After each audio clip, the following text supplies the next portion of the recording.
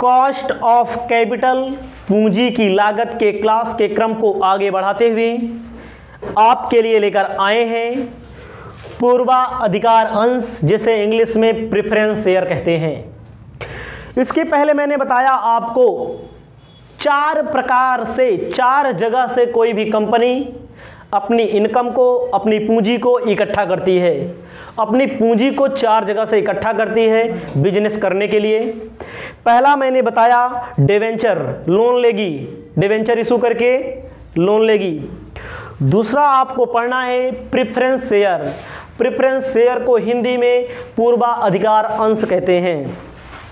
आपको ध्यान देना है, पूर्वाधिकार अंशधारी यानी कि प्रेफरेंस शेयर होल्डर वे होते हैं जिन पर डिविडेंड का रेट फिक्स होता है, यानी कि लाभांश की राशि फिक्स होती है। आपको ध्यान देना है, पूर्वाधिकार अंशधारियों को डिविडेंड जो दिया जाएगा, प्रेफरेंस शेयर होल्डर पर डिविडेंड फिक्स रेट होगा, ठीक है। इक्विटी शेयर होल्डर से पहले दिया जाएगा, इसके बाद प्रेफरेंस समतांश मिलेगा। समता से पहले पूर्वाधिकार अंशों को दिया जाता है। चाहे कंपनी को प्रॉफिट हो या ना हो, प्रॉफिट हो या ना हो, प्रेफरेंस शेयर होल्डर को डिविडेंड जरूर दिया जाता है। एक निश्चित समय पर, एक निश्चित अमाउंट, एक निश्चित रेट पर दिया जाता है। जैसे कहते हैं हमारे यहाँ रिश्तेदार आते हैं, चाहे हम खाना खाएं या ना खाएं, लेकिन रिश्तेदार को खिलाना पड़ता है, चाय पानी देना पड़ता है, मिठाई उठाई लाना पड़ता है। उसी प्रकार प्रेफरेंस शेयर होल्डर हैं। प्रेफरेंस शेयर होल्डर से भी पैसा लेकर कंपनी क्या करती है, बिजनेस करती है। लेकिन प्रेफरेंस शेयर होल्डरों को क्या करना पड़ता है, एक फिक्स डिविडेंड देना पड़ता है इक्विटी से पहले, चाहे कंपनी को प्रॉफिट हो या कंपनी को प्रॉफिट ना हो। प्रेफरेंस शेयर होल्डर कंपनी के वास्तविक मेंबर नहीं होते हैं। कंपनी में वोटिंग करने का अधिकार नहीं दिया जाता है इनको। कंपनी की जो सभाएं होती हैं यानी मीटिंग होती हैं, उनमें भाग नहीं ले सकते हैं। तो आपको अब आगे बताने जा रहे हैं पूर्वाधिकार अंशों के प्रकार, टाइप्स ऑफ प्रेफरेंस शेयर। पहला मैंने लिखा है संचयी पूर्वाधिकार अंश, जिसे इंग्लिश में कुमुलेटिव प्रेफरेंस शेयर कहते हैं।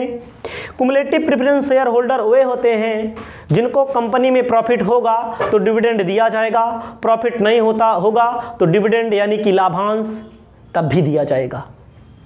कुमुलेटिव का मतलब होता है कंपनी में प्रॉफिट होगा तो देगी ही कंपनी, एक निश्चित रेट होगा उसका, 10%, 15%, 12% जो भी क्वेश्चन में कहा रहेगा, ठीक है। अगर कंपनी को प्रॉफिट नहीं होगा तो कंपनी नहीं देगी, तब भी देगी, प्रॉफिट होगा तब भी देगी, नहीं होगा तब भी देगी, लेकिन उसको अगले साल दिया जाता है। मान लीजिए इस साल हमारी कंपनी का घाटा हो गया तो अगले साल जोड़ के दिया जाता है। असंचयी पूर्वाधिकार अंश, इंग्लिश में नॉन कुमुलेटिव प्रेफरेंस शेयर कहते हैं। असंचयी पूर्वाधिकार अंश पर कंपनी को प्रॉफिट होगा तो देगी, कंपनी को प्रॉफिट नहीं होगा तो डिविडेंड नहीं देगी, लाभांश नहीं देगी। लाभांश का मतलब लाभ का टुकड़ा, प्रॉफिट का टुकड़ा हमारा डिविडेंड अंग्रेजी में, और हिंदी में लाभांश कहा जाता है। पहले में बताया लाभ होगा यानी कि प्रॉफिट होगा तो देगी, नहीं प्रॉफिट होगा तब भी देगी। दूसरे में मैंने आपको बताया प्रॉफिट होगा तो देगी, नहीं होगा तो नहीं देगी।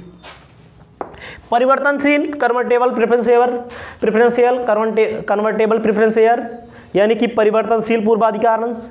परिवर्तनशील पूर्वाधिकार अंश वे पूर्वाधिकार अंश होते हैं जिनको एक निश्चित तारीख के अंदर, एक निश्चित अवधि के अंदर परिवर्तित कर दिया जाता है इक्विटी शेयर में, समता अंश में। समता अंश आप इसके बाद पढ़ेंगे। अगला है अपरिवर्तनशील अंश। अपरिवर्तनशील वे होते हैं जिनका परिवर्तन नहीं किया जा सकता, जिनको कन्वर्ट नहीं किया जा सकता। किसमें कन्वर्ट करने की बात कर रहे हैं, इक्विटी शेयर में, समता अंश में। इसके बाद कंपनी को आपको पढ़ना है, समता अंश ही पढ़ाएंगे इस नियम के बाद ही, जब नियम आएगा। अगला है भागयुक्त पार्टली प्रेफरेंस शेयर। भागयुक्त का मतलब होता है कि कंपनी को प्रॉफिट हुआ, कंपनी एक बार बांट देगी ना, कंपनी एक बार बांट देगी। जैसे पार्टी होती है, समोसा वमोसा लाते हैं, लड्डू उड्डू लाते हैं, एक बार बांट देते हैं, बचा रहता है तो फिर दे देते हैं ना। तो इसमें क्या लिखा जाएगा, परिवर्तन में, भागयुक्त में। भागयुक्त का मतलब क्या होता है कि पहले बांटा जाएगा डिविडेंड, लाभ पहले दिया जाएगा, बचा रहेगा तो फिर दिया जाएगा। उसके बाद आपको ध्यान देना है अभागयुक्त, एक बार मिलेगा दोबारा नहीं मिलेगा। पार्टी में एक बार लड्डू मिल जाएगा दोबारा आपको नहीं मिलेगा। उसी प्रकार डिविडेंड भी होता है, लाभ का टुकड़ा, लाभ एक बार बांट दिया जाएगा दोबारा नहीं मिलेगा, तो उसे बोलते हैं अभागयुक्त। अगला मेन है शोध्य अशोध्य, रिडीमेबल इरिडीमेबल। शोध्य अशोध्य ही आपको पढ़ना है। शोध्य अशोध्य का मतलब होता है रिडीमेबल। रिडीमेबल का मतलब होता है जिनके पैसे को वापस करने की तारीख पहले निश्चित होती है, उसे शोध्य बोलते हैं, रिडीमेबल बोलते हैं। जैसे ऋण पत्र में डिबेंचर वाले में मिला ना रिडीमेबल, मतलब कि 10 साल के अंदर, 15 साल के अंदर, 12 साल के अंदर हम शोधन कर देते हैं, उसकी बात हम कर रहे हैं, उसे बोलते हैं रिडीमेबल। यह देखो रिडीमेबल का फॉर्मूला लिखा है। इरिडीमेबल यानी का मतलब अशोध्य पूर्वाधिकार अंश। अशोध्य पूर्वाधिकार अंशों के लिए क्या होगा, इनके शोधन की तारीख, इनके पैसे को वापस करने की तारीख निश्चित नहीं होती है। शोधन या रिडीमेबल का मतलब क्या होता है, किसी से पैसा लिया है तो उसको वापस कब करेंगे, ठीक है। प्रेफरेंस शेयर, प्रेफरेंस शेयर में दो प्रकार के प्रेफरेंस शेयर हैं जिनको हम लोग कैलकुलेट करेंगे, जिनको हम पढ़ेंगे, मतलब वापस करने से रिलेटेड, वापस ना करने से रिलेटेड। हम पढ़ रहे हैं cost of capital. Cost of capital कैसे निकालेंगे, अशोध्य पूर्वाधिकार अंशों की लागत, cost of irredeemable preference share, मतलब जिनके वापस करने की तारीख पहले से निश्चित ना हो। सेम वही सूत्र है जैसे वहां हम पढ़ते थे, थोड़ा सा अंतर है।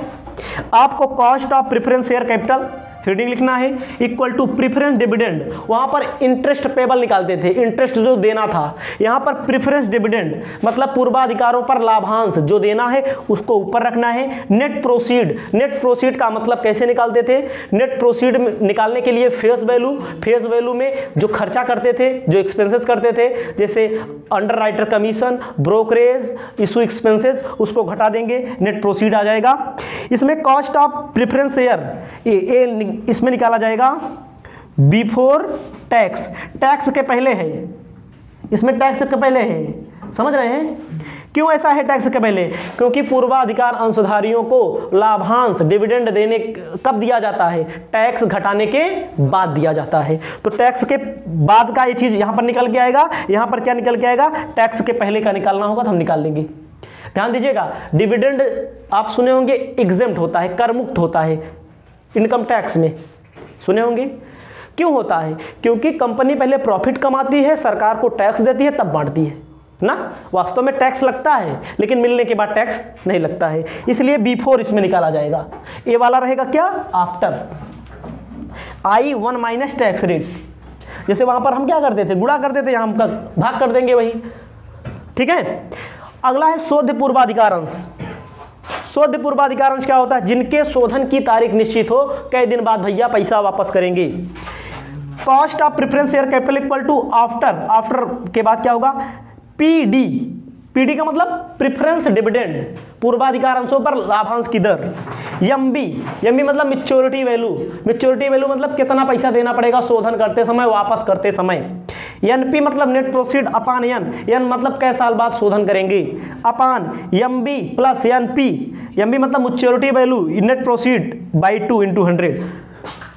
बहुत आसान है, इसे आप अपनी कॉपी में अपनी सुविधानुसार लिख लें। इसके बाद हम आपको क्वेश्चन नंबर अगला बताने जा रहे हैं जो हमारा प्रेफरेंस शेयर से रिलेटेड है।